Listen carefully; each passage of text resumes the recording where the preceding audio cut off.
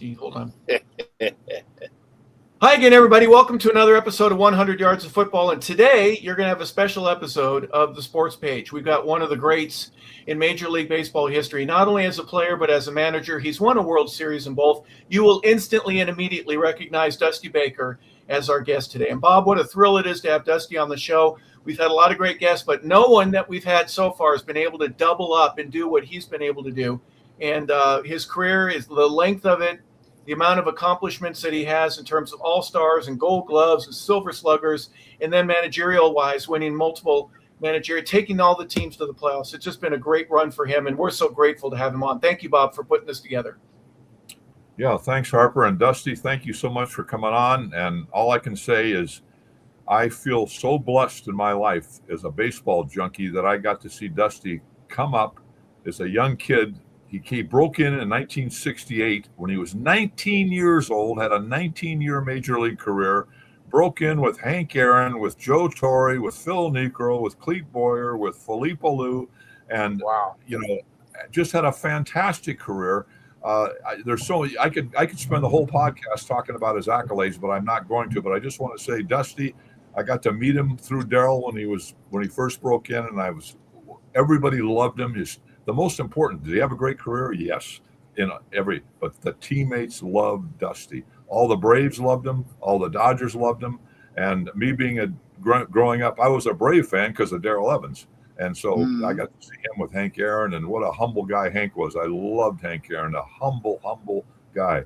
But anyway, and I want Dusty to tell stories about that. But the last thing I'm going to say, one of my big thrills as a Dodger fan, when the four of them hit 30 and Dusty was the last guy, and I could go on and on and on, but Dusty, it's just an honor to have number 12 on here. And, your teammates, when you want to find out about a ball player, talk to the teammates.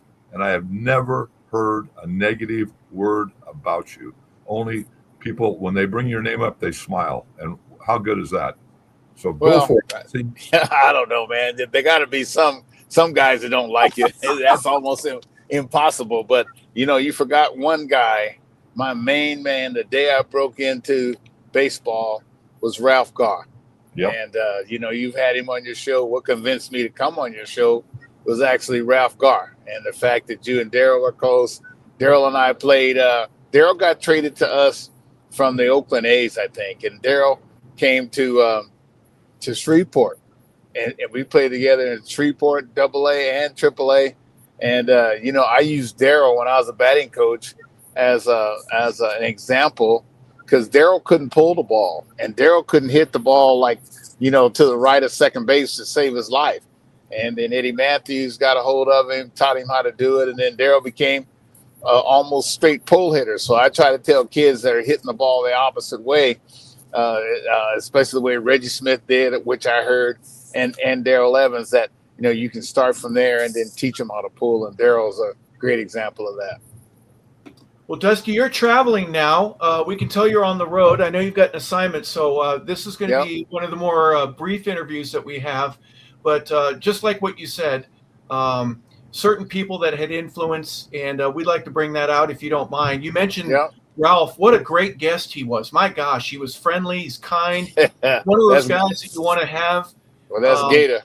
He may not be the guy that you want to go to first in the bar fight, but he is one of those guys that thick and thin. He's going to be there with you. I really enjoyed meeting him for the first time, and obviously you're influenced by him. What was it that just enamored you to him to where you go, this is my guy, and I'm going to like. We came in the same draft, and Ralph was drafted out of Grambling College, out of college, and I was drafted out of high school. And him being from Louisiana, me being from California, and I figured the age difference put us about the same, because I thought California was ahead in a lot of ways. And Ralph didn't buy that, that my 18 was equal to his 21. And so we hit it off right away. I hipped him to some stuff from the West. He hipped me to the blues and to Southern, kind of way of thinking. And, he kept me out of trouble quite a bit, because I was coming from California in an age where, of nonconformity, Vietnam, race riots, in our country, and just being a nonconformist in all ways. I mean, that was a sign of the times at that time. Haight-Ashbury, Black Panthers, Black Power, and so Ralph, had to really sort of tell me to be quiet quite a few times because I was about to speak up and about to get us both beat up. And so, Ralph really helped us between Ralph and Cito Gaston, who was on that first team when I first started. They helped me out and kept me straight, and hopefully maybe I helped them a little bit. Well, you mentioned getting started earlier, and you're only 19 when you start. Let's go back a couple years, 16, 17. You're a basketball player. Did you play football as well at Del Campo? Obviously, baseball was a big thing for you. Well, I played football as well. I played, a lot of stuff in football and a lot of stuff in basketball. I went to the state track meet in the long jump. I was all nothing really in baseball. And, I really made an all-star team, even though I thought I was a good player. But my whole thing was playing all sports was try to be like Bobby Bonds, because I'm from Riverside, California. Bobby's, my dad's Little League team, Bobby was a star in his Little League team. And Bobby was 4 or 5 years older than me, and I went everywhere Bobby Bonds went. And Bobby played all 4 sports. He went to the state track meet. So, I wasn't. I was a good player in a lot of sports, but I wasn't Bobby Bonds. There was only one Bobby Bonds, and so then when I moved to Sacramento, my dad's job got transferred to Sacramento. I was going into my junior year, and we transferred to an area where our family was the only black family in the community, or the high school, or the junior high where my brothers and sisters went, or the elementary school. So it was quite a shock. And then from there, I signed. I said my prayers the night before the draft that I said, Lord, please, if I get drafted, don't let me get drafted by the Atlanta Braves. And the Lord didn't hear me, and He didn't hear me. But that ended up being the best thing that ever happened to me, because my mom and I went to LA to sign. To see if we were going to sign. I was supposed to go to Santa Clara. My dad wanted me to go to Santa Clara, which I wouldn't have minded, but I didn't want to go to a predominantly white school again. You know what I'm saying? It was tough in a lot of ways. And my dad was about education, and, so was my mom. But I signed with the Braves, and Hank Aaron told me and my mom that if I had enough confidence in myself to be in the big leagues by the time my class would have graduated from college, and go ahead and sign. If not, and then go to school and go to college. And see, back then, baseball really didn't like college players as much as they liked high school players, because they thought they were too old in the beginning, and wouldn't get much longevity out of them. And so anyway, I signed against my dad's permission. Then Hank promised my mom that he would take care of me as if I was his own son. Maybe go to church, maybe get up and just come in from staying out late, and he was like my dad away from home. And then Ralph was like my big brother. So I had a lot of people protecting me. And then when I got back home from signing, my dad took my contract to court and invoked the Jackie Coogan child prodigy law, where nobody can spend your money till you're 21. And then they invested it in Standard Oil of California and IBM stock. We didn't speak for 3 years. Well, I didn't speak to him for 3 years. I thought he was being mean until I saw 3 years later that my money had tripled. And I said, well, maybe my dad's not trying to hurt me, because my dad was my coach. I mean, my dad came to all my games. And so, I started from there. Like, I met Hank, and then I met Jesse Jackson through Hank. I met Honorable Andrew Young, Maynard Jackson, Ted Abernathy. So that ended up being the best thing happened to me, was going to the South and meeting Hank Aaron at a young age. I have to admit, the issue with your dad, I'm so happy that you got it resolved, even though I'm sure the initial part of it was, no, don't forgo your college education, which Right. they'll give you for free if you go play basketball on this baseball thing? Or was that some of what it was? Or what did it take for him? I mean, my dad ran a house, but see, what had happened was, I'm the oldest of 5, and my mom and dad had just gotten separated that year, and so for me to go to college, it was already economically tough for my dad to go and get a $300 apartment.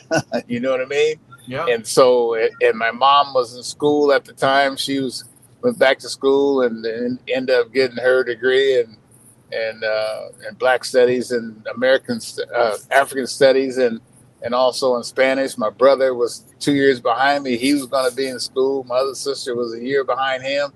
And so she was going to be in school. And it's like, I said, man, I got to go help the family, being the oldest of 5 and being taught how to be responsible by my dad and my mom. But, my dad was the most responsible man I ever met. So I prayed on it and on the decision, and which I usually do. And sometimes, most of the time, I don't get the answer that I want, but I try to follow. If you're going to pray for something, you better follow it or else don't pray for something. And, all these things that I prayed for, for direction, whether I wanted them or not, they've all turned out the best for me. And I'm glad the relationship was restored. It took a little while, the court case that you mentioned, I'm sure there were some rough moments at that. You said you didn't speak to him for 3 years, and eventually you worked it all out.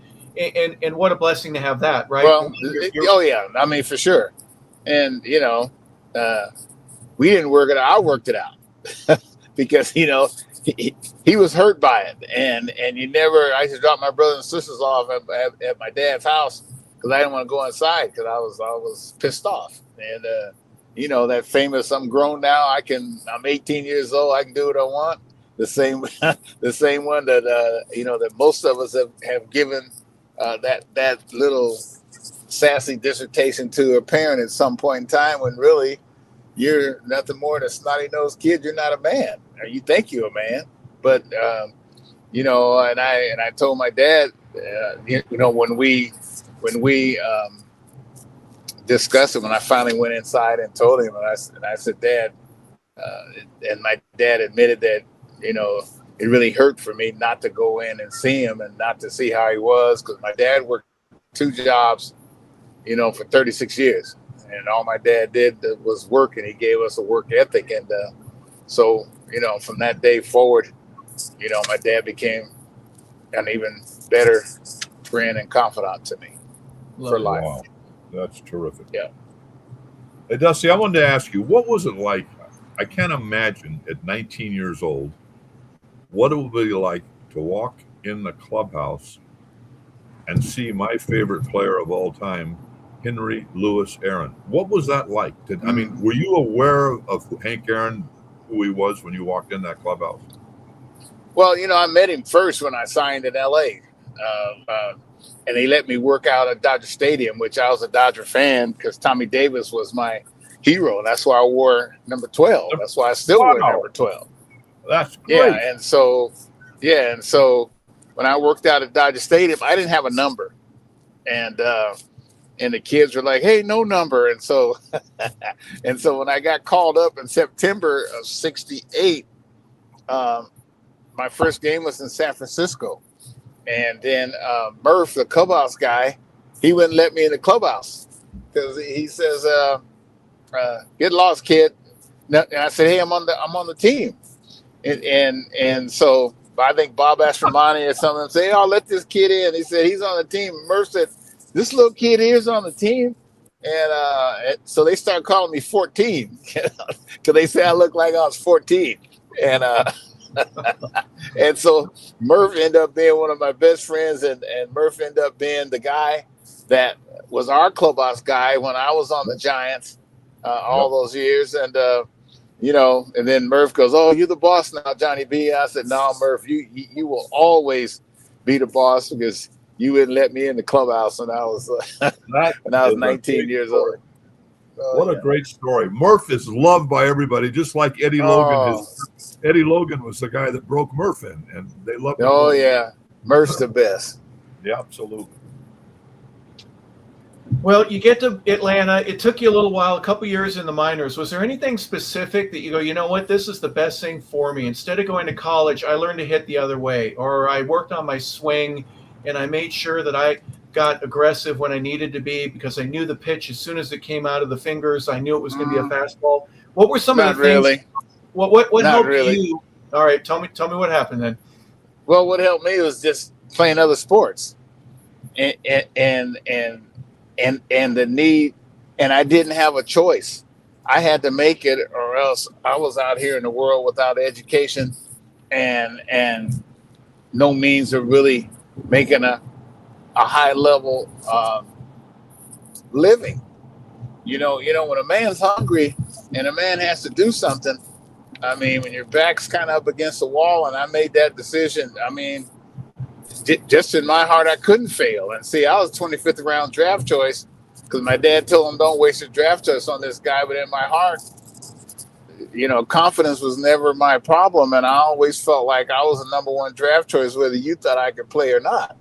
And so what happened is I combined what I learned in football, basketball, and track.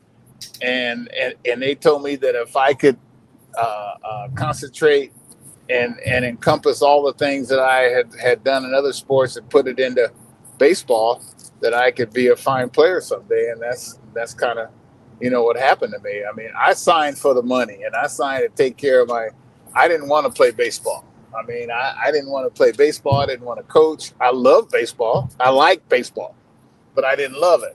And I love basketball. But when I hurt my leg, the year I got traded from the Braves to the Dodgers that winter, I was playing basketball back in Sacramento against Jerry Manuel and his brothers, and me and my brothers were off in Sacramento. And my career was almost taken from me because I played a whole year. It was about 2 weeks after I got traded to the Dodgers. And I hurt my leg playing basketball, and it's never been the same. But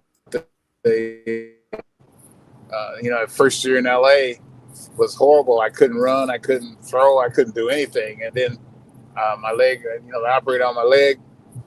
The trainer, Dr. Bill Bueller, trained me every day after my cast came off after 8 months. And then I fell in love with baseball when it was almost taken away from me. Because, when you don't love something, you just kind of take it for granted, And then once I hurt my leg, then I took my game to another level, because I would have been out, with no umbrella if something had happened. So it was a matter of need. Dusty, you're 6 or 7 years into major league career by that time, and you still didn't love it. It was finally when that injury and Dr. Bueller said, "Okay, it's going to take some hard work," and that's Yep. a very interesting perspective, isn't it? That now I love it because of the takeaway. Yeah, well, yeah, exactly. And Dr. Bill, man, I used to go to Dodger Stadium every day, drive about 45 minutes to go to Dodger Stadium, and we'd walk up the stairs from the ground floor, and it's 8 levels, I think. And then we end up running the stairs, and Dr. Bill ran them with me every day because he was a runner. And then he was always a step or two ahead of me and talking the whole way, and I couldn't even breathe. I'm like, man, I can't talk to you while I can't breathe. You know what I mean? And this guy was in great shape. And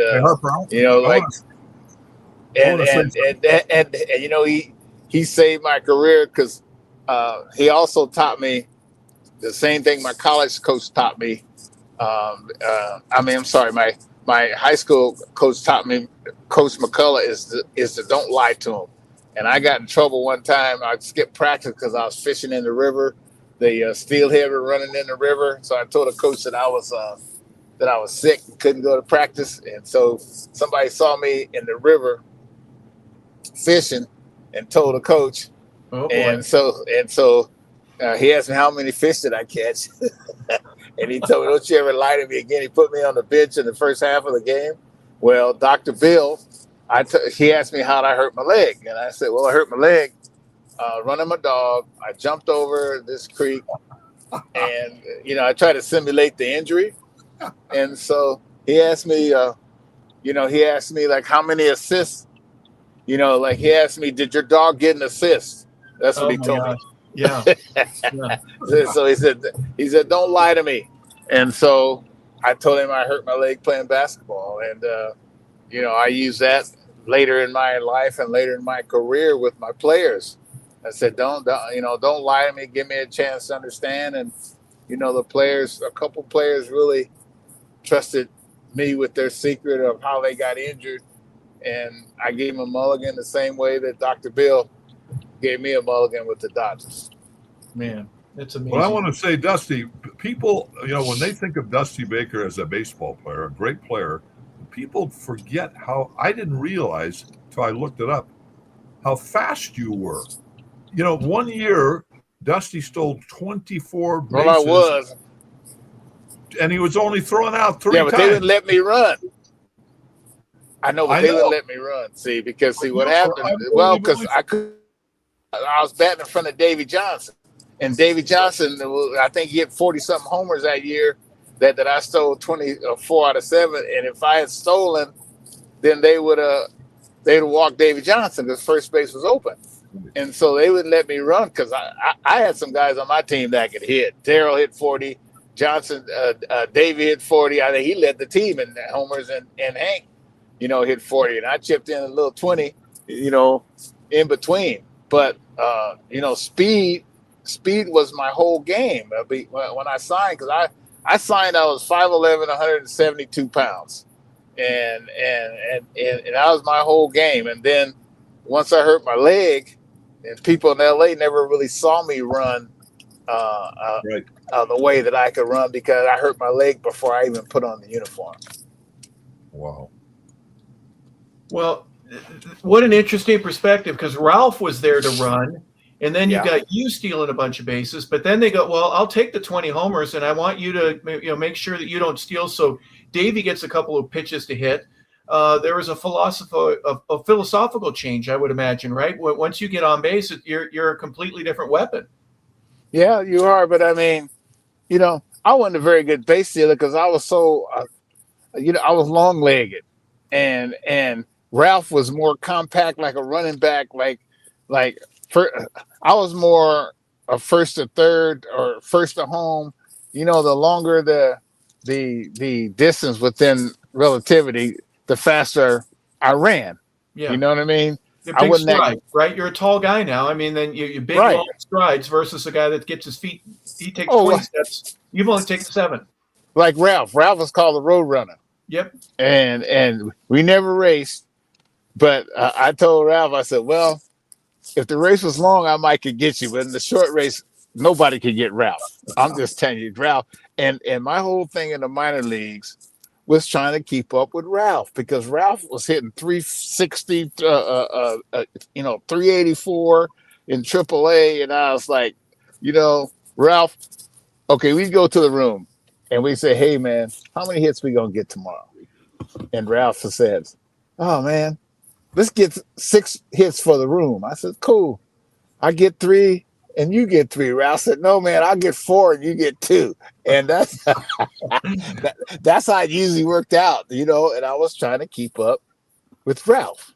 I mean, because, man, he could hit. Oh, he could really hit. Hey, do me a favor, if you don't mind. I want to stick with the Braves for just a second. You're part of one of the great pieces of Major League Baseball history. You're on deck when Hank hits the home run. Can you give us a little bit about your perspective? I mean, I don't know if you knew if he was going to get the pitch at that time or anything like that, but I mean, you're right there. You're 15 feet away from this whole thing. Yeah. And well, he told me. Up to it. What was it like for you? Well, I mean, he told me that he's going to get it over with, and he was schooling me, and I didn't even know he was schooling me. He's like, this guy going to throw me a slider on the outside.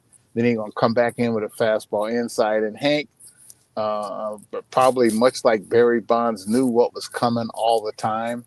And so Hank, was a student of the game. I mean, this guy was was a professor. Everybody talks about his wrist, they talk about his balance, but they don't talk about his mind and how smart he was on the baseball field. Like and he told me, he said, Dusty, I'm tired of this. I'm gonna get this over with right now. And I said, okay, hey, go ahead. And I knew that he was going to do it. And Tom House knew he was going to do it because Housey was our teammate.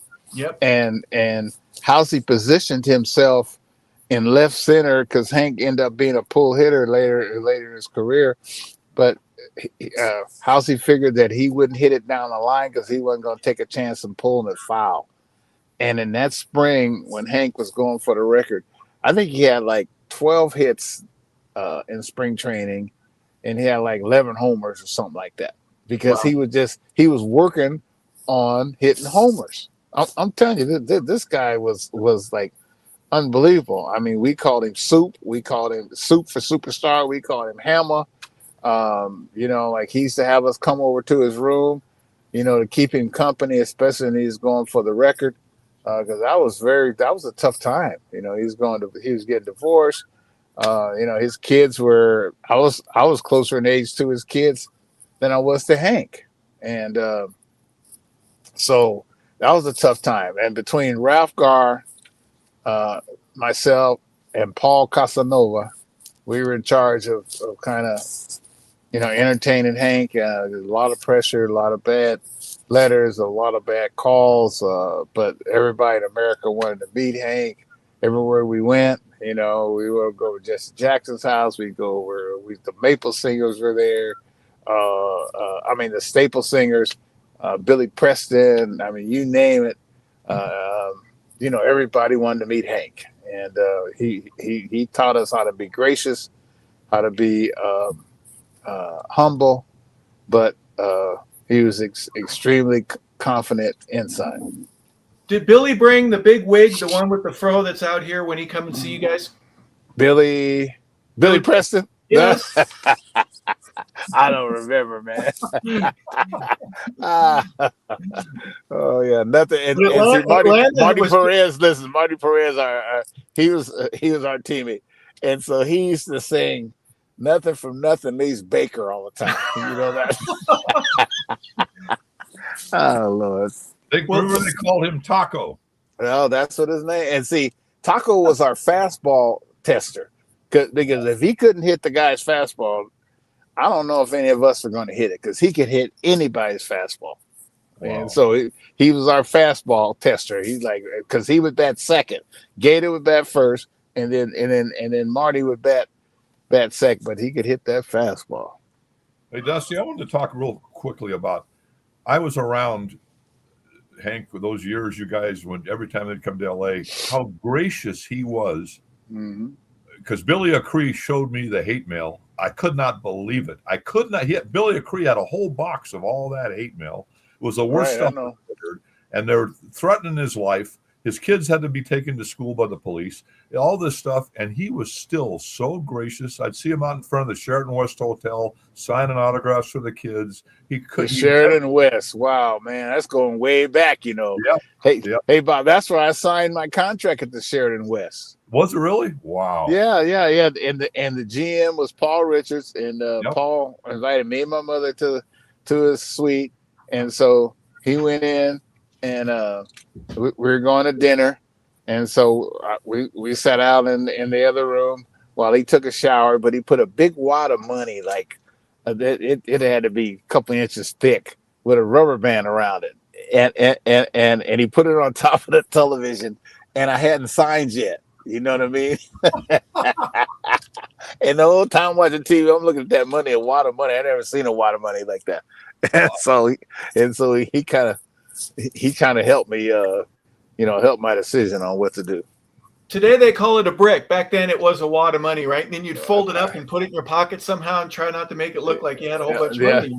Yeah, exactly. And but I tell you, that was a great time to be around baseball.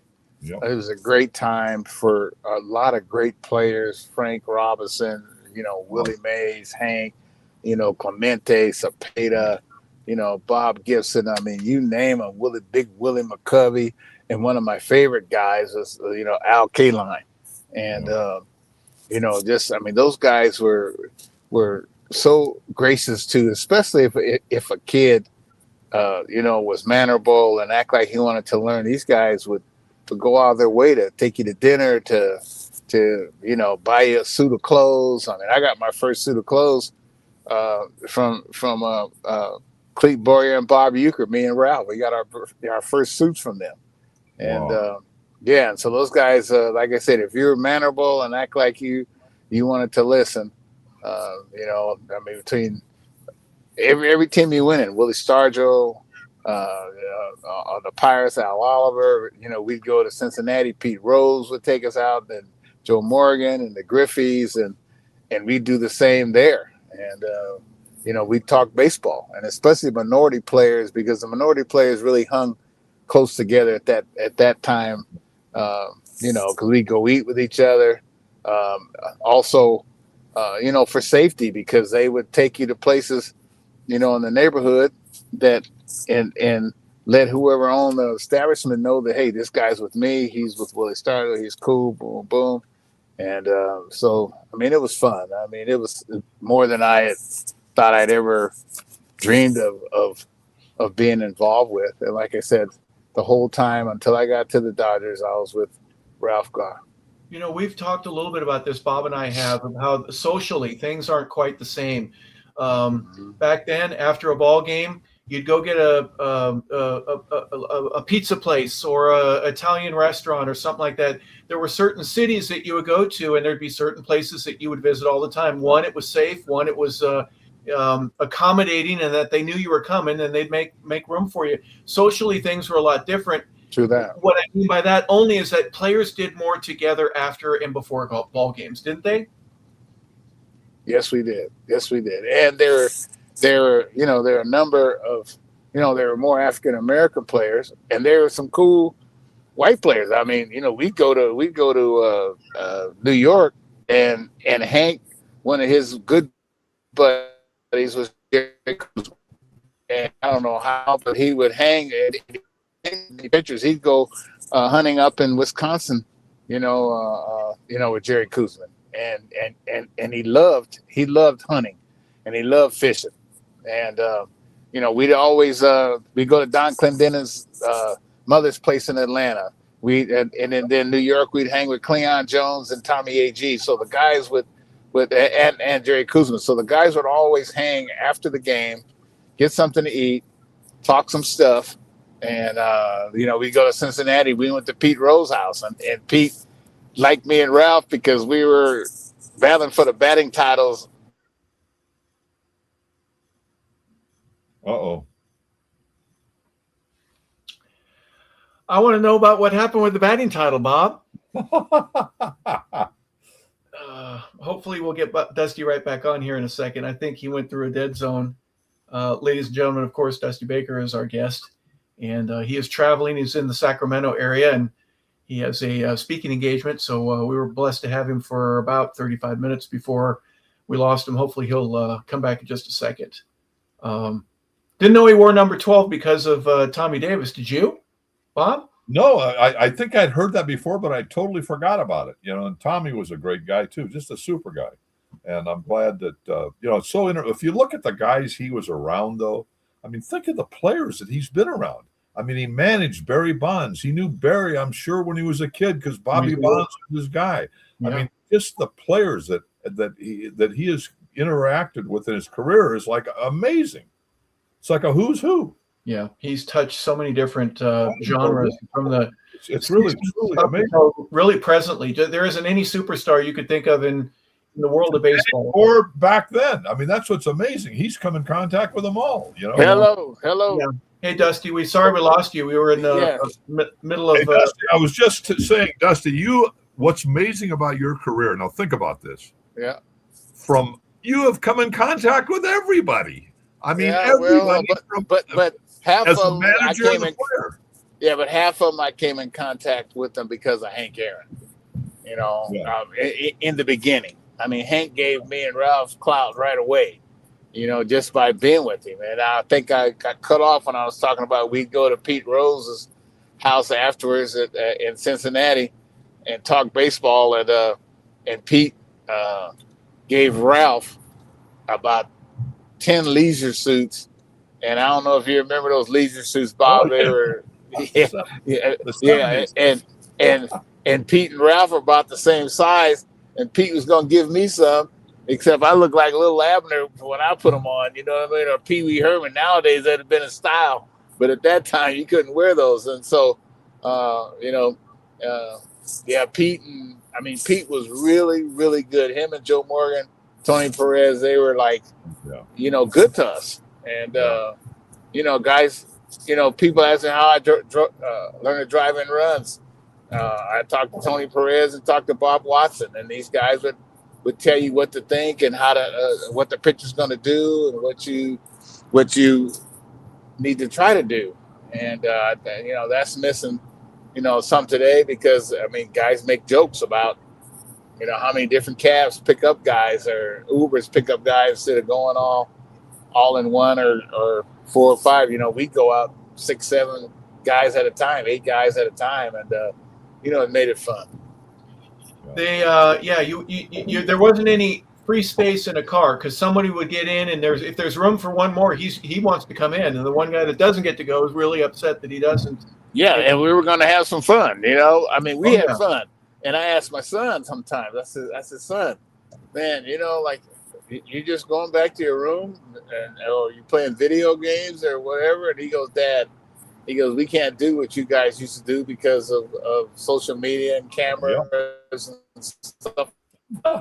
Like, yeah, and he's right, you know, and so, you know, it would be sort of boring and lonely now, you know, compared to how it was before. If you have to live in a world that's you know, that's really under a microscope. I mean, it wasn't such when we were playing, and I'm glad that I played in such a great era. I've heard stories. Let's do a little bit, if you don't mind me sharing. You know, they call it hazing. You know, the last trip of the year, the rookies get abused in some respect, where all their clothes are missing from their locker, and the buses are on the way to leave to go to the airport. You got to wear a towel or something like that. But the guys would always take care of you in a new suit or something like that. They'd make fun of you because they love you. But see, I never got hazed. They didn't haze me and Ralph. Okay. I mean, I don't know if I'd have went for that hazing because, see, I didn't like it too much when the guys did it. As long as they did it respectfully, it's your thing. But I never liked it. But even some of the teams I was on or managed, you know, they did it to a degree.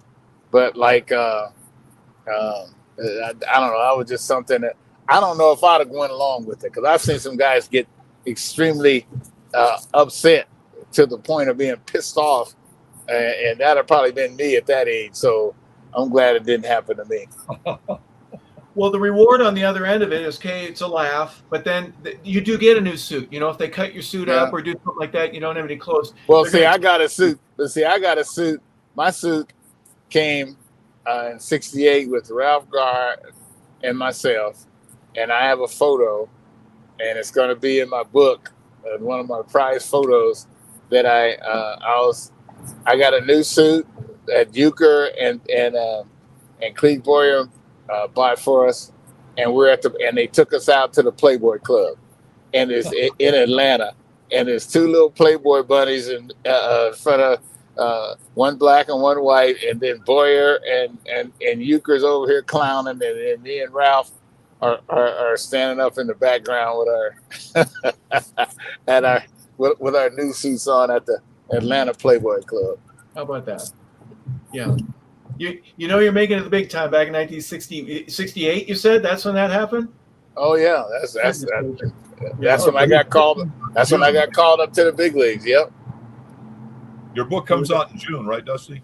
Yeah, it's supposed to come out in June. So you know, it's not a tell-all, but you know, I'm saying some things that I think to help, you know, people in their lives, and because you know, there are people that, you know, everybody thinks that, you know, our life is glamorous, which it is, or our life is easy, which part of it is, but also, you know, we're human, and the same problems that plague society are the same problems that plague us as well. And I remember one time, Pete Rose's dad died.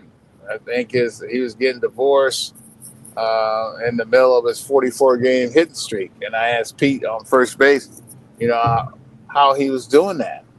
And he told me that,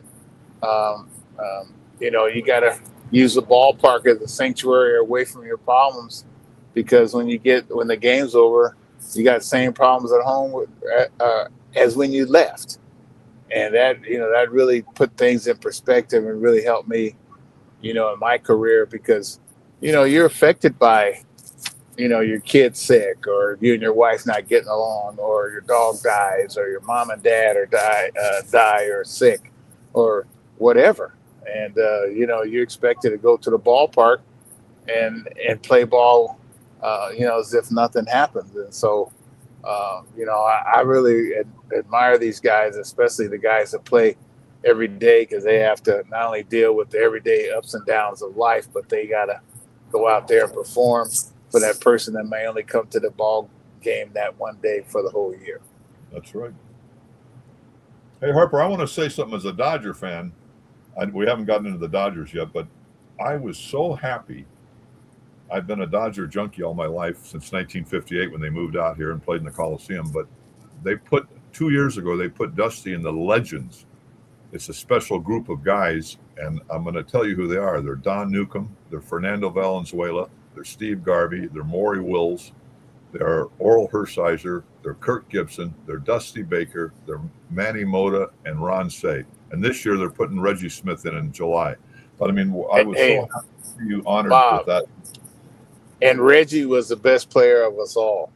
And I've told I'm serious. And I've told people, I mean, we had great players, but I've told people that Reggie Smith was the second best player I ever played with behind Hank Aaron. Really? Oh, yes, sir. I mean, there wasn't nothing Reggie couldn't do. Wow. Yeah. Great player, but he got hurt his shoulder, and he tore his Achilles. That's what kind of, faded at the end there. But Reggie Smith, boy, what a player. Yeah. Wow. Yeah, we had him on, very humble, right? But also I could tell on game day, in between the lines, he's one of those guys that you want to have on your team. You want him in the bar fight with you, don't you? Tough guy. Oh, you sure do. Hey, man, and he didn't wear it on his sleeve. All I know, we'd get into a fight with the Astros or somebody, like we usually battle, usually a good team. And, man, we got in a fight, and I'd back up to somebody, and all of a sudden I feel that big old back. And I said, "Oh, that's Reggie. He got my back, and I got his back over here." I swear, if we got in a fight, I kind of move around until I felt that back. And then I knew I was safe. He'd have your back and you'd have his. I love it. That's, but a good dude. I mean, again, like you great said, dude. Because of the injuries, though. Gosh, my God. Yeah, but a smart dude. I mean, Reggie's one of the smartest guys that I know, and definitely probably one of the smarter players that I know. So I'm just glad I had a chance to, to play with the great. Boy, is that saying something? The second best player you ever played with. That is amazing.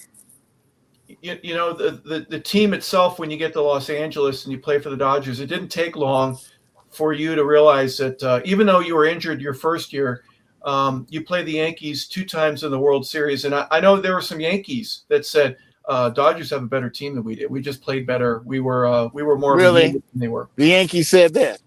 There was one that who we talked to that has said that there are some folks, and I've read also the Yankees. The lineup, when you compare it to what the Dodgers had, man for man, position by position, you guys had the advantage, especially with the bench. There were some other areas where, the Dodger lineup was every bit as good, if not better, in some cases than what the Yankees were. Yeah, well, we thought that. I just can't picture the Yankees saying that. Well, I got a picture of you and Thurman Munson right behind you. I know Thurman would never have said anything like that. He would have said, no, screw that, screw the Dodgers, whatever. We're the Yankees and always will be. We lost him again, Bob, just for a second. It's been going pretty good, though, hasn't it? Yeah, a couple of times though, folks. We got Dusty Baker on the line with us, and he's traveling. He's in Sacramento. He's got a speaking engagement that he's got to be at, and San Francisco Giants. we're close. We are close, and yeah, we just I'm probably gonna have to back him out here, and he'll have to re-enter. That's a picture of him and Thurman Munson behind the plate there, right? Yeah, a couple of World Series photos for good measure. The 77, 78 Dodgers both played the Yankees in the World Series, lost both of them. And then repeat. Hold on, we got Dusty back. Here we go. All right, one more time, Dusty. Thank you. Yep. We're talking about the 77, 78, the losses to the Yankees. Didn't Yeah. help. And in 81, you turned it around. I love it. Well, but like it really hurt. 77, we thought that we had the best team on earth, and then and we had never lost. I don't think we lost a series at home all year. Then in 78, we were playing for Jim Gilliam because Jim Gilliam, had a brain aneurysm, and all of a sudden, horrible, man. And I mean, he was one of the best guys and best coaches that I've ever had. And I think we were up 2-0, and they came back and beat us 4 in a row. That was the longest trip from New York to go back there to lose one game and come back home. And we weren't very proud of ourselves. And then a couple years later, then 81, that wasn't our best team that I had been on. Yeah. But sometimes your best teams don't win, or sometimes the second best team wins, and you don't know why. And that year, we had Pedro Guerrero, a bunch of young guys, and then we still had Garv and Penguin, and we got to the World Series, and Penguin and I think Pedro and Yeager were try MVPs. And so this sports is just hard to figure out, but it keeps you coming back, and it keeps you yearning, yearning for more. There's nothing like the thrill of playing ball. How about Dusty hitting 2 World Series home runs versus the New York Yankees? Yeah, well, that was good. I don't even think about that. The thing that kills me, I run the Yankee fans. They're like, "Oh, Dusty, we like you, but you beat us in their 81 World Series." I'm like, "Come on, man. You won 77, 78. I think the Yankees think they're supposed to win all the time, right?" Yeah, you're right. I'm serious. Like, what? We forgive you, really? Thank you. They've won 28, and it's not enough. The next closest, right? The Dodgers is 9 comparatively. It's really. See, I didn't know that. Really? Yes. Hey, Dusty, talk about when you hit the last guy to become the 4 to hit 30. Can you tell us about that? Well, I mean, Reggie Smith told J.R. Richard I was going to hit it off him. I said, Reggie, this was on a Thursday. Reggie had his 30 already, and J.R. was pitching Sunday. And the game before, on that Saturday, I hit the ball off top of the wall in right center field, the same ball that I hit in 1973.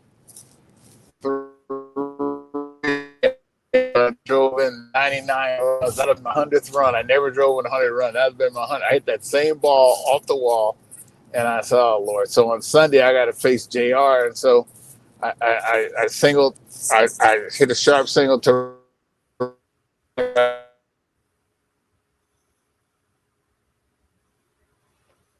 next at bat back to the gambling on the right over the dugout. Some brothers gambling over the dugout, and one was gambling, I guess, that I wouldn't get it, and the other was gambling that I would get it. And I saw him hand over some money to the other guy, and so I got in the dugout, and I'm talking. I swear, and I'm talking to myself, and I like, man, I don't think I'm going to get it. And so Lasorda, he heard me. I didn't say it for him to hear. He goes, I don't want to hear that. The children of Israel were by the Red Sea, and the Lord parted the sea, and boom, boom, boom. And I'm like, sorta. He goes, you got to believe. I'm like, Tommy, okay, I believe. Okay, leave me alone, please. And so I went up there. that third at bat, and the ball looked like it stopped, I swear. And it was a blown away fastball, probably about 95 to 100 from JR, because I had never hit nothing off JR, and it hit it over the center field fence, and that was number 30. So I came back in, and I saw the one brother give the other guy the money and left. And so I figured I swear, he right over the dugout. And so Glenn Burke was there, and Manny Mota had just hit a pinch hit off of JR the pitch before, and then Glenn Burke gave me the high five, and people give me credit for the high five, but it wasn't me. It was Glenn Burke that did it. All I did was reciprocate to Glenn Burke, and then Glenn hit a homer the next pitch. So we had 3 in a row off JR, which I don't think anybody's ever done. No. And so that was just a great day for us. Wow. Is that true about the high five, that was the first one with you and Glenn Burke? Well, that's what people say. I don't know, man. Nobody knows. We weren't thinking about nothing. We were just thinking about celebrating and how happy we were, you know. And there was a lot to celebrate too. Obviously, I got a picture of you and Glenn, and then another one with Garvey. And I'm sure there's school kids all over in some playground that are doing it a long time before Glenn got to see it. But well, I love those Dodger teams. I'm still close to Penguin. Gar was one of my favorite guys. Davey Lopes is my daughter's godfather. I talk to Lacey. Now and then I talk to Yeager. I mean, we were a close team. And one of the best things that happened to me, I tell people that I was born on the Braves, but I matured as a man and a player on the Dodgers. Wow. And it was tough seeing you in a Giant or a Cub uniform in a Washington, Cincinnati. Yep. Maybe someday the Dodgers will bring you in to manage a club. But my managing days are gone. Over. I'm just telling you. Sometime. Yeah, I remember Bill Walsh. He was one of my real mentors. He and Al Addles were mentors on me on coaching, because those are the guys that really helped me coach. I didn't want to coach. I was getting divorced myself after Oakland, LA, San Francisco, and then Oakland. And so divorce started me into coaching, just like divorce started me in my career. And so Al Rosen wooed me as a coach. And I told him that, after Al Campanis had said what he said, the baseball and the system started looking for some minorities to disprove what Al had said. And, Al was cool with us. I mean, we were totally shocked, but I guess, you get to the point where you're past being shocked by anything. But anyway, Al's negative turned into my positive. Me and Cito Gaston, Don Baylor, Hal McRae. All of a sudden, baseball was looking for guys, and Al Rosen.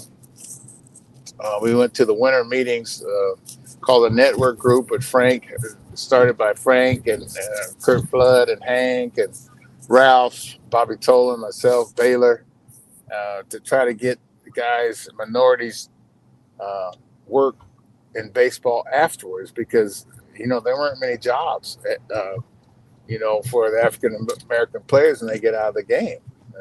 There weren't any PR jobs. If you're going to get a job, you probably would get the batting coach or the first base coach. I mean, those are jobs that are readily available, for the guys that wanted to remain in the game. And so I went there to try to get guys. I went to Dallas to try to get some guys some jobs, because I was a stockbroker that year. I was out of the game. The year the stock market crashed, 87. I did that. I think I had a big hand to do with that. That's your fault, Dusty. I lost the money because of you. Yeah, I'm sorry, man. I'm just kidding. But it's actually, that's how it was. And so I got a call from Al Rosen, and I said, no, I don't want to coach. He goes, well, just listen to me. And so I went to listen to him, and he told me, he says, you're going to be a fine field manager someday. Wow. And he says, but it'll take 5 years to get the player out of you. I didn't even know him. but he said he had seen me across the field in New York, and then he was at the Yankees, and then in Houston, which I use today. I tell kids, you never know who's watching you, and I guess he was watching me, and he says, "Hey man, you're gonna be a fine leader," and he says it's gonna take 5 years to get the player out of you, and so I came to San Francisco. I was at a crossroads, which is the name of my book, and it was 5 years and 1 day from the time I was named a coach to the time I was named the manager. You know, it's interesting, the Robert Johnson story about crossroads and all that, and then you accepting that a little bit as a part of what your life was like. Mention a couple of things about getting the player out of you. What did you need to do? You had the street smarts, you had the experiences to be able to manage at any level because of your playing days and being in the league for 19 years. What do you think that you needed to work on during that 5 years to where what Rosen says to you kind of manifests itself and go, oh, now I understand what he means. I'm a better manager now because I think differently than I did 5 years ago. What were some of those? Number one, I actually went to the crossroads in Mississippi, where Robert Johnson dueled the devil for his soul. I was there. I was there with Elvin Bishop. We were giving away at the Blues Awards in Memphis, and so that was a very touching scene for me there. But I think he meant that, because I had visions. See, Manny Mota retired and start coaching, but then they would come every September. They would activate Manny. And because he's one of the best pinch hitters of all time, and I knew that, and I knew that, hey man, I could still hit. I knew I could hit, but I couldn't run, and you couldn't play defense. But I knew I could hit, and usually hitting's the last thing that leaves a person, that leaves a hitter. Most of the time, it's your defense and your running speed that fails you at that time. That's why back in the day, all the DHs were the former sluggers. All-stars. The original DHs were Orlando Cepeda, Tony Perez, Rico Cardi. I mean, these guys were the first, DHs. And so I guess that's what he meant, that I had to get the player out of me, thinking that I, could still play or still hit, or to think more along, with management, which I've kind of, had a problem with most of my career, Yeah. Governing the game isn't as hard as now I got to govern the lineup, and I got this guy, and who are we going to trade, and who's available, some of the other aspects that but I don't worry about that. That's part of the game. The hard part is and now it's different, where there are a lot of people that want to control the game, the lineup, the this, the that aren't in the basement where we are. You know what I mean? It's easy to control from upstairs, and the new manager has to be willing to relinquish a lot of his control to upstairs, but you got to be downstairs with the players and be with them every day, and still maintain a level of closeness, and also a level of respect of you as a leader, and not just following somebody's orders. Because see, once the word gets around that you're a liar, or if you lie to players, once you lose their trust, man, you never get it back. You know what I liked hearing is about, I didn't know Alan Rosen. I'm very happy to hear it, because I loved him as a third. He was a great third baseman with the Cleveland Indians. Oh yes, he was. He was tough, man, and but he's the guy. That's some interesting. He's the guy that signed you as a manager. Very interesting. Yep. And I tell you, the guys that are most influential were Al Laddles and Bill Walsh. And Bill Walsh. Yeah, I mean, Bill used to take me over to his house and give me lessons, and with a billboard and stuff, and he had he's one of the first men to try to find minority guys jobs. Like Marvin Lewis was there with me, and Winningham was there with me. See who else was there with us, and I was the only baseball guy there. So he helped me a lot, and I have a plate that his secretary gave me at his last. It's like the Last Supper. It was a luncheon before he died, and I'd take it with me when I would go to play to be in different teams, and on that plate is Eric Wright, who's one of my partners, Joe Montana, Bill Ring, Dwight Clark, his secretary, and me. And I was the only, non-football guy that was invited. And so wow. Bill, he helped me a lot. He gave me his Bible about how he actually cue cards about, how he started the 49ers and, how you treat rookies, how you treat the wives, the girlfriends. I mean, all this guy left nothing unturned. And so I use a whole lot of his, stuff. And people say, man, would you come up with that? And I'm not going to say, I invented it, because I didn't invent anything. I'm just passing on what's been, given to me. And there was a time when I didn't even want to be in baseball, like I said. I had some anger at the end there, and my dad told me, he said, son, the Lord wouldn't have put you in the position to be with all these greats and the knowledge and wisdom that they gave you. It's not yours to possess, it's yours to pass on the same way that you got it. And that's what really convinced me to, come back to baseball and stay in baseball. And the fact that I'm making a hell of a living, I made more money as a manager, and a whole lot more than I made as a player. Yeah, things really changed here. Do you mind if I ask a real quick question about Bill? Yeah. I was a 49er for one day. Didn't pass the physical, but Bill was instructing, and he was going through Omaha, Thunder, Lightning, and a couple of the early plays. And Jerry Rice is over there, and he's not even paying attention. He knows the playbook left and right. And there's Joe Montana, and there's Randy Cross. Oh man! What I learned about Bill is that when Paul Brown was his coach, he incorporated he called it the 5 aspects of teaching, where you put something on the board. Yep. And then you draw it out. Then you make the players write it down. You give them a book that they can write it down. Then you go outside and you walk through it.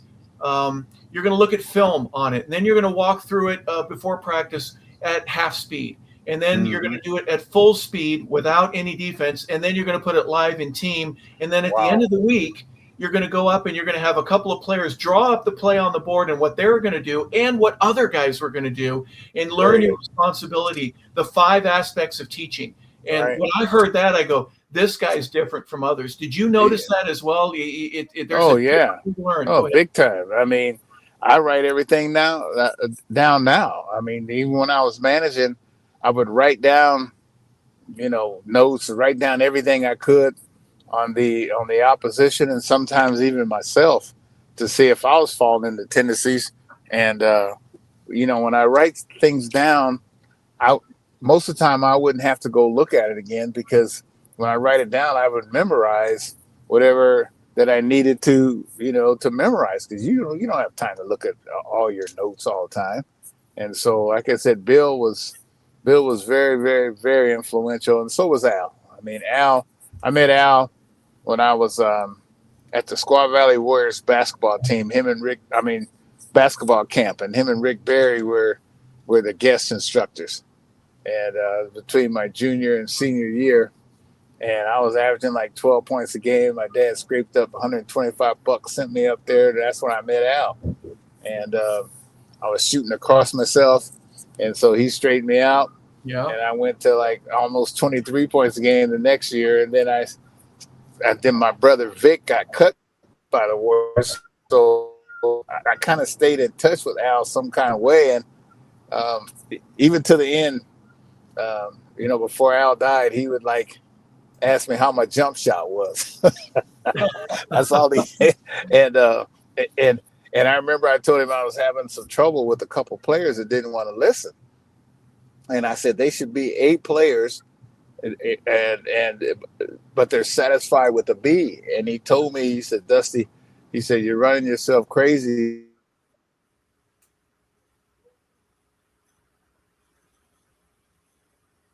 No. I don't want to lose it. Don't lose it. Oh, Bob, we lost him again. Yeah. Oh, my goodness. I wanted to hear what he was saying, too. I know. Give me I'm writing something down, actually. All right, we're going to lose Dusty. I'm going to back him out. Hello. Hey, we got you. Oh, we lost him. All right, he'll join us in just a second. Unfortunately, folks, it's the third time now. As we know, Dusty's traveling. And Bob, is he going to be at the Giant game in San Francisco tonight? He's going to a luncheon in San Francisco at the Giant, having some festivities. Hello. And then they play. Here we go. Hey, we got you back. Yeah, we had lost you for a second. Yeah. We're finishing up with Al Attles, and before he passed away, but he wanted to make sure your jump shot was still working. Yeah, and I told him, I said, man, I'm having trouble. I was the batting coach at the time. I said, man, I'm having trouble, with a couple players. I says, man, they should be A players, but they're satisfied with the B. And he told me everybody that doesn't want an A in your class. And he said that some guys are satisfied with the B. And then I started thinking about myself. I could have got an A in some classes, but I was satisfied with a B to, to keep my mom off my butt. You know what I mean? So I can get the car on weekends. And so you start thinking about things of, how you are comparing. And, case in point, I remember I talked to Lou Brock when he started announcing, and he told me, he said, man, you just have to be careful not to get greater in your mind than you really were. And I was like, that's pretty heavy. And so, all these guys have contributed to me. Hey, do you mind me? Al Attles, that's a big dude, isn't he? Al was a huge human being. No. He's about 6'1" maybe, but he was strong. What? Okay. No, All right. Yeah. Oh, yeah. He was called a destroyer. And, one of the greatest lunches I ever had, Al invited me to be with him, Dave Collins, and Nate the Great Thurman. Nate Thurman, and I was like a little kid. I didn't hardly talk, man. I was like listening, especially to him and Nate, because Nate's one of the guys that even though I was only like 5'11" or whatever, I was a pretty good defender. So Nate was a heck of a defender and rebounder. And, yes, and all I did was just watch basketball, because that, they talk about Basketball Jones. I got that. I had it. Still got it, but I just don't. Yeah. So hey, I love baseball, but that basketball. You're a little older than I am, but still, to me as a kid, there was nothing as fun as watching the rotation on a red, white, and blue ABA ball. Oh yeah. Well, hey man, Rick Barry was there, and the guy I played against in high school, Darnell, Dr. Dunk, was in the ABA. He played with Indiana. He was the best player from Sacramento, but he was on the team with George McGinnis. And that's when I fell in love with Dr. J in the ABA. And my basketball hero though was Dr. J. Before Dr. J was Elgin Baylor. And, so I remember Elgin Baylor could stop in midair. He could actually. Oh stop. Yeah, he sure could. I want to tell you, I got a quick Dr. J story for you. You're going to love this, Dusty. I asked Pete Rose one time. I said, Pete, what was your greatest thrill? Do you have one thing? And he said, yeah. And I thought he was going to say, when I got my 4,000th hit. He said, Bobby, Tommy Helms and I went to Covington. We went to Kentucky across the border from Cincinnati to see the Kentucky Colonels play the Virginia Squires. And he said, I saw Dr. J, this is before TV. He said, I saw Dr. J go from behind the free throw line and dunk the ball. And he said, nobody believes it. And he said, that was my biggest goal. Pete Rose said that. I believe it. I believe it. I'm telling you. Dan Issel was a Kentucky Colonel before he went to he was on a Colonel. I mean, you know, that's when the NBA absorbed the ABA. I mean, there have been a lot of leagues that try to, you know, join the NFL or whatever, but the ABA had some of they had Laverne Tart, they had downtown Freddie Brown, you know, with Seattle. And so, I mean, I love that Charlie Scott, you know what I mean? They had some bad dudes, man. Yeah. It was a great league. All right, fellas, I'm about to get to my destination here pretty soon. All right. Well, hey, the managing aspect of it, can you just go over the World Series real quick with Houston? What was it about the club that had lost 100 games a couple years in a row, and then they got some things turned around, and then they finally win? And I think the heartache of what happened in Houston turned around to where hey, you know what? We got something here, and they turned it into a little bit of a dynasty. You got to be a part of that. Well, yeah, and I was lucky because I inherited a good team. You know what I mean? And they were coming off scandal. Ordinarily, they wouldn't have needed me, you know. And this is, again, God sending me, because I thought I was done, because I had interviewed for the Phillies job, and they chose Joe, you know, Girardi at the time. So I figured, hey, man. And then Houston called a week later after the scandal. Then my son said, hey, you know, maybe God didn't want you to go to Philly. And, you know, he needed me and I needed them, because I didn't want to end my career without a championship. I had missed, you know, so a couple times. And then when I got, you know, we had COVID year the first year. We went to Game 7 before the playoffs before you go to, you know, the World Series. Next year we went to the World Series against the Braves, but that was the year that Hank died. And when the Braves won, I was like, Hank, man, are you pulling for the Braves here? You know what I mean? And so we won the next year, and I figured Hank was pulling for us on that year. And that's the year my mom died. And so, you know, like, you try to play for different your point in time in your career. And yeah, that was you know, that was a great feeling. You know, the players knew they could play. They knew we had a good team. They knew that we were close. And you just need a break or two. You know when your team's close. I mean, you feel it. It's a feeling that you get every day.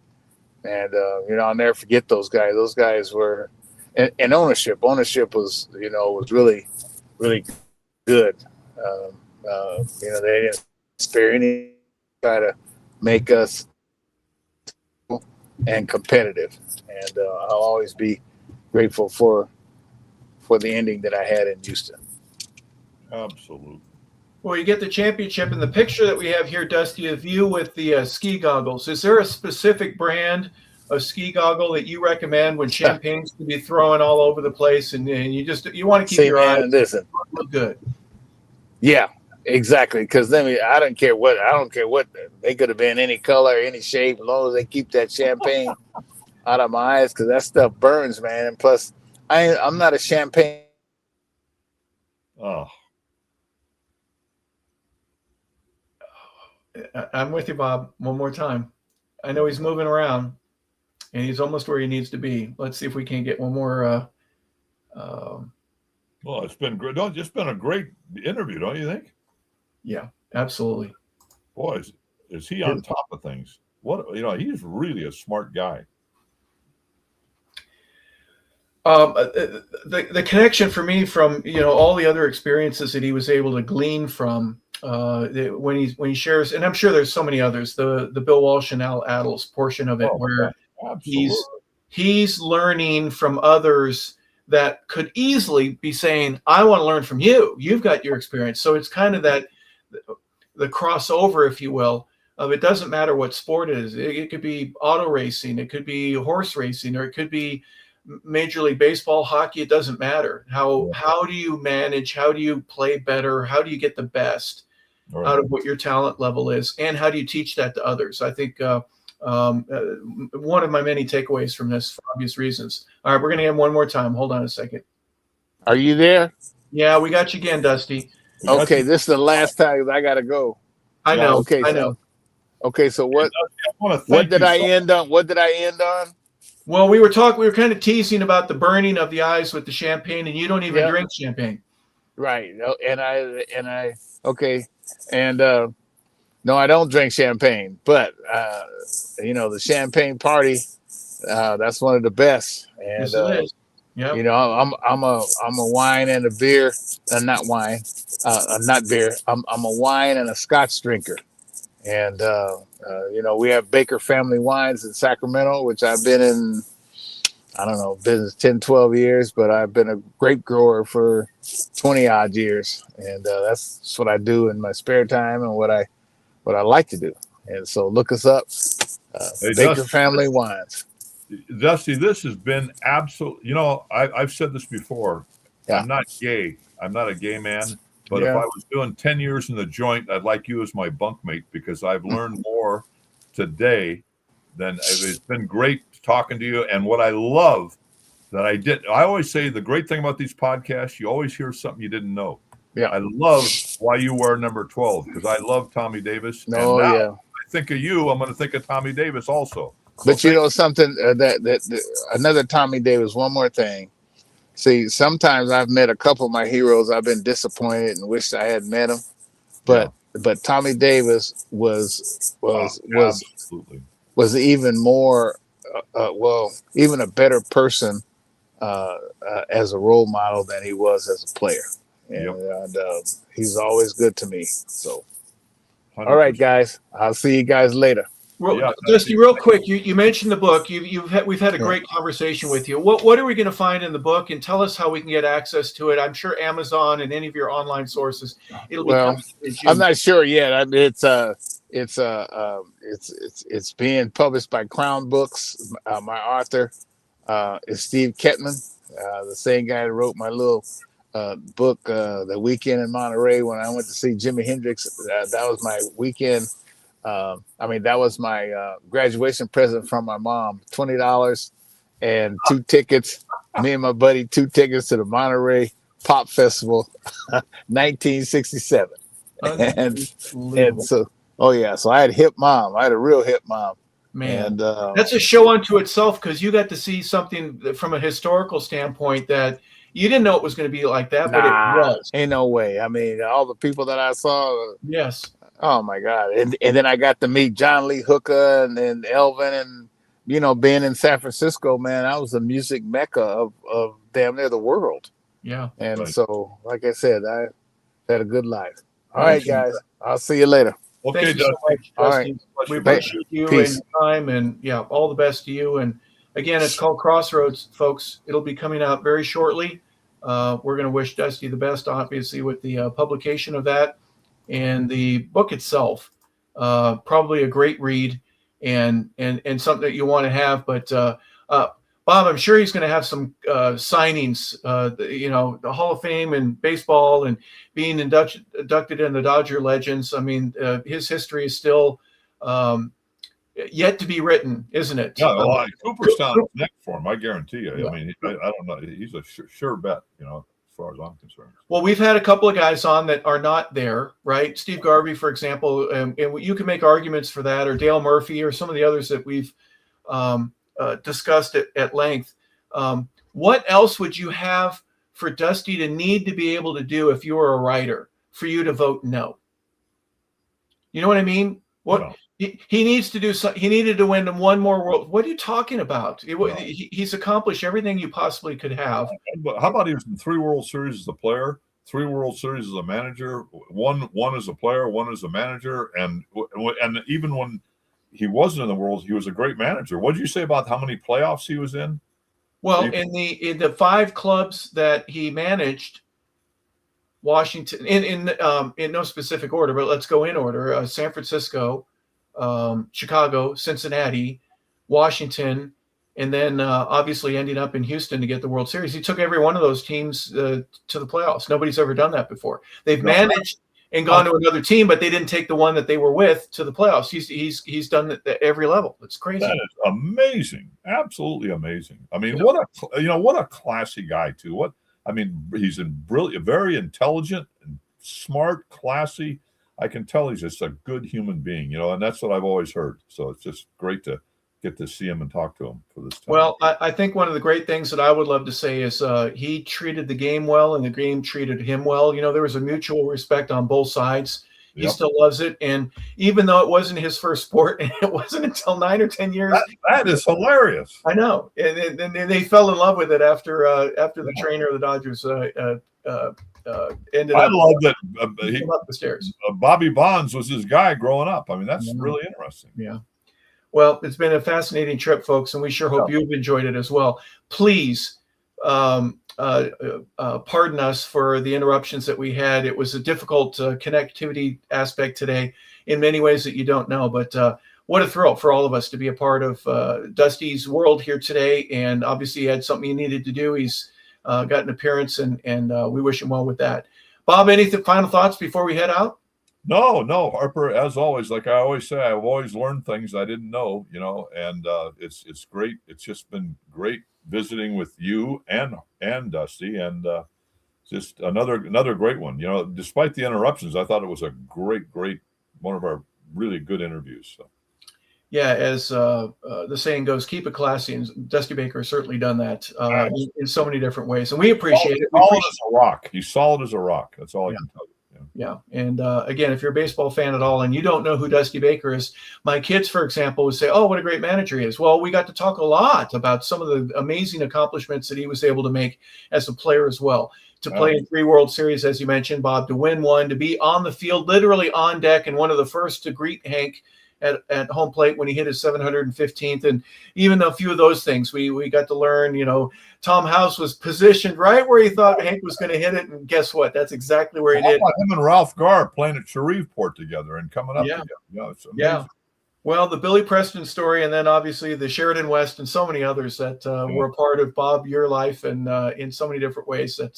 It's amazing. So we want to say thank you for tuning in, everybody. This has been 100 Yards of Football, and today you've been watching the Sports Page with Bob Case. Our special guest today has been Dusty Baker, the one, the only. We appreciate you being a part of the show. If you liked it, please like and subscribe and tell a friend. If you don't like it, then you're going to learn that you might well like it here in the very near future, because there's a lot of great guests, and we certainly have a few more lined up in the near future. So thank you again for being a part of it. We hope you have a fantastic